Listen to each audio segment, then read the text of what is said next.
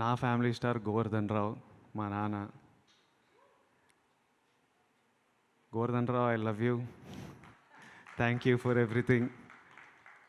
నేను కథ విన్నప్పుడు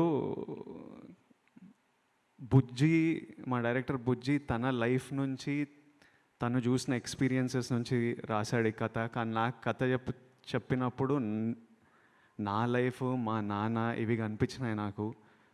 కథ వినంగానే ఈ క్యారెక్టర్ పేరు గోవర్ధన్ అని పెడదామని అడిగా. ఈ సినిమాలో నేను గోవర్ధన్ అనే క్యారెక్టర్ ప్లే చేస్తున్నా.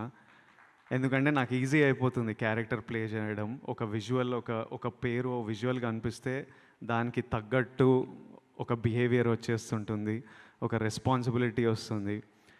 So April 5th is a very special day.